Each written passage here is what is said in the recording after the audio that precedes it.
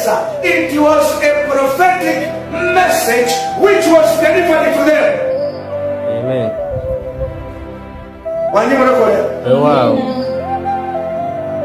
Oh, Katonda asobola okutumira.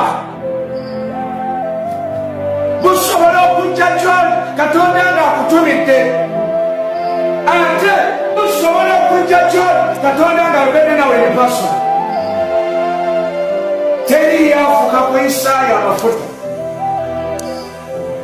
kubeera nabbi.